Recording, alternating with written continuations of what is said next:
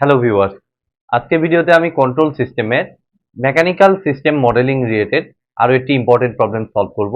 তো ভিডিওটি শুরু করার আগে আমি অবশ্যই বলবো, যারা আমার চ্যানেলে একদম নতুন তারা আমার প্লেলিস্ট থেকে কন্ট্রোল সিস্টেমের উপর আগের বেসিক ভিডিওগুলো একটু দেখে আসুন। বিশেষ করে কন্ট্রোল সিস্টেমের ম্যাথমেটিক্যাল মডেলিং রিলেটেড আমার এর আগের যে বেসিক ক্লাসগুলো আছে সেগুলো কিন্তু লাগবে আজকের এই ধরনের প্রবলেমকে অ্যানালাইসিস করার জন্য। তো প্রথমত এটা আমাদের মেইন মডেলটা। তো এটা থেকে আমি গত ক্লাসেও দেখিয়েছিলাম, ওই সেম প্যাটার্নে আমরা এই প্রবলেমটা সলভ করার চেষ্টা করব। তো প্রথমত আমি তাকাবো হচ্ছে আমাদের এই ফোর্সটার দিকে। ঠিক আছে, তো এই ফোর্সটাকে আমি নর্মালি ইয়ার মাধ্যমে আমি প্রকাশ করব। এই ফোর্সটাকে লাইক অনেকটা ইকুইভ্যালেন্ট সার্কিটের মতো করে আমি রিপ্রেজেন্ট করার চেষ্টা করব। ঠিক আছে, তো এফ আমি দিয়ে দিলাম। তো এফটা কার সাথে লেগে আছে আমরা দেখতে পাচ্ছি x1 এর সাথে। ওকে, তো এই এফ রিলেটেড যে ইয়াটা আর নিচের সাইডটাকে আমরা গত ক্লাসে কি দেখেছিলাম, এটাকে আমরা কমন গ্রাউন্ড হিসেবে আমরা নিয়ে নিব। ঠিক আছে, এই এফটা তো কোনো একটা রেফারেন্সে আমার আছে, তো এই রেফারেন্সটা হইতেছে এইটা। তো এবার আমরা দেখবো x1 হচ্ছে আমাদের নোড। প্রথম x1 নোডের সাথে আমাদের একটা m1 m1 ফোর্স আমাদের আছে। ঠিক আছে, সরি m1 ম্যাস আমাদের আছে। তো এইখানে আর কোনো কিছুই নাই, কোনো স্প্রিং কনস্ট্যান্ট কোনো কিছু নাই, শুধুমাত্র m1 আছে। তাহলে m1 এর এক প্রান্ত আমরা দেখতে পাচ্ছি x1 এর সাথে কানেক্টেড। তো এই যে x1 এর সাথে এক প্রান্ত আমি x1 এর প্রান্তের সাথে আমি m1 কানেক্ট করে দিলাম, আর আরেক প্রান্ত আমি নিয়ে গিয়ে আমি গ্রাউন্ডে লাগিয়ে দিলাম। ঠিক আছে, তো গত ক্লাসে আমি একটা সেকেন্ড ইকুয়েশন আর থার্ড ইকুয়েশনে আমার স্প্রিং কনস্ট্যান্টটা বসাইতে একটু প্রিন্টিং মিস্টেক, মানে রাইটিং মিস্টেক আমার হয়ে গেছিল। এটা আমি ক্ষমাসুলভ দৃষ্টিতে দেখতেছি। জাস্ট বোঝানোর সময় ঠিক মতো বুঝাইছিলাম, বাট ইয়ার ক্ষেত্রে একটু মিস্টেক হয়ে গেছিল। তো আজকে আমি কারেক্টলি সবকিছু করে দেওয়ার চেষ্টা করতেছি। তো এবার দেখুন, m1 এর আরেক প্রান্ত গ্রাউন্ডের সাথে কানেক্টেড, এবং x1 এর এই যে পয়েন্টটা, এইটার সাথে আমরা দেখতে পাচ্ছি একটা ড্যাম্পার কানেক্টেড আছে। তো এই যে x1 থেকে আমি সিম্পলি একটা ড্যাম্পার নিয়ে নেই। ড্যাম্পারটা এইরকম আছে b1। তো এই ড্যাম্পারের আরেক প্রান্ত দিয়ে কানেক্ট হয়েছে সরাসরি x2 এর সাথে। তো x2 এর সাথে কানেকশন দিয়ে দিলাম। তো x2 এর সাথে আরেকটা ম্যাচ আছে m2, যেটা আরেক প্রান্ত ম্যাচ সবসময় এই রেফারেন্স নোডের আরেক প্রান্তের সাথে সবসময় দিতে হবে। ঠিক আছে, এটা গত ক্লাসে আমি বলেছিলাম। ওই সেম সিস্টেমে আমাদের এটাকে m2 ম্যাচ আমি দিয়ে দিলাম এবং এই প্রান্তটাকে গ্রাউন্ডের সাথে লাগিয়ে দিলাম। এখন x2 থেকে আমরা দেখতে পাচ্ছি দুইটা ইয়া আছে।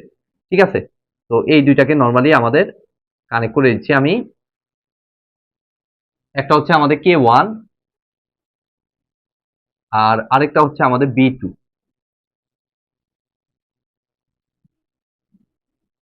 ঠিক আছে, জাস্ট যেভাবে ছিল x2 এর এক প্রান্তে k1 কানেক্টেড, x2 এর আরেক প্রান্তে b2 কানেক্টেড, যেমনটা এখানে ছিল।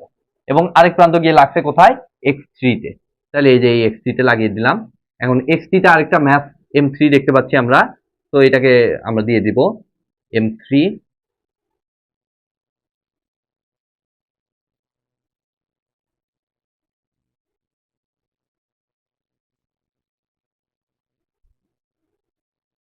এখন x3 এর আরেক প্রান্ত কোথায় গেছে, k2 হয়ে আমাদের গ্রাউন্ডে চলে গেছে।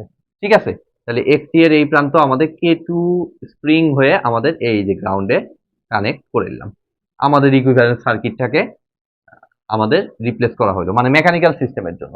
ঠিক আছে, তো এখন এইটা দেখে দেখে আমি নোড অ্যানালাইসিস করা শুরু করব এখন। তাইলে এই যে x1 পয়েন্টে আমাদের এই ফোর্সটা লাইক কারেন্টের মতো কাজ করবে। তাহলে এই যে আমি এইখানে যে কারেন্টটা ঢুকতেছে এটা সমান এইদিকের কারেন্ট প্লাস এটার কারেন্ট।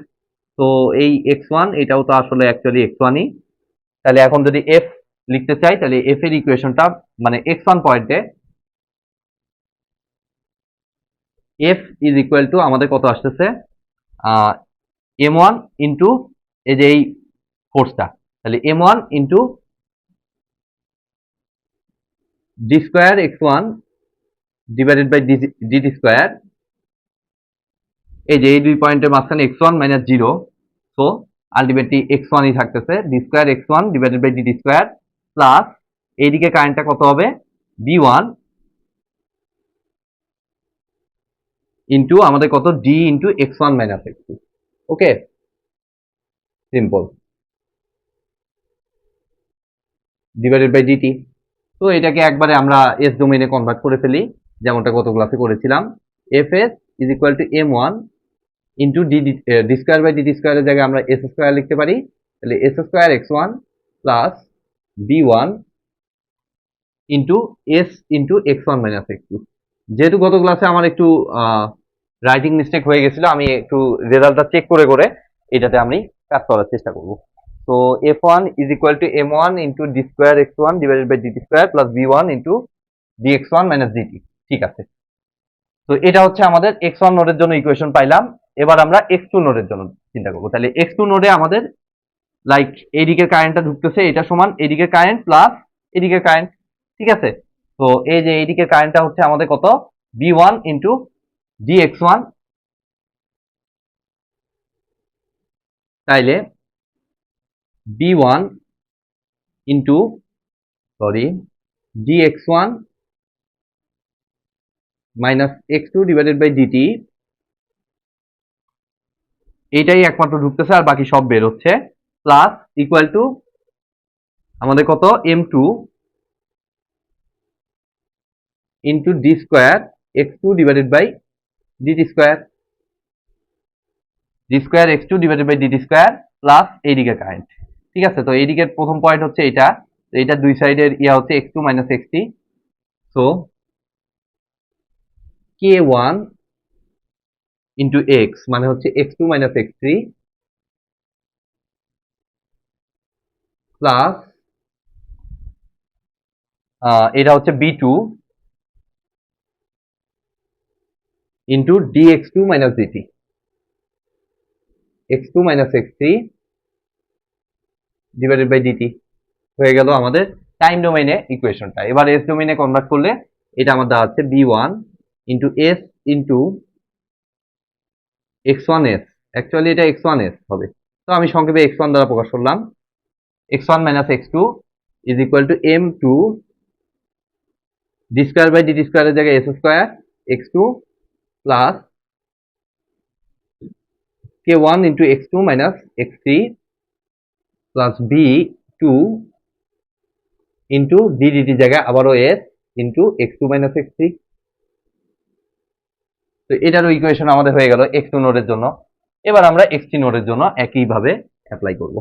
তাহলে এক্স থ্রি নোডের জন্য আমাদের আসতেছে, দেখুন এই দুটা রেপ্লিকেট হবে, K one into X two minus X three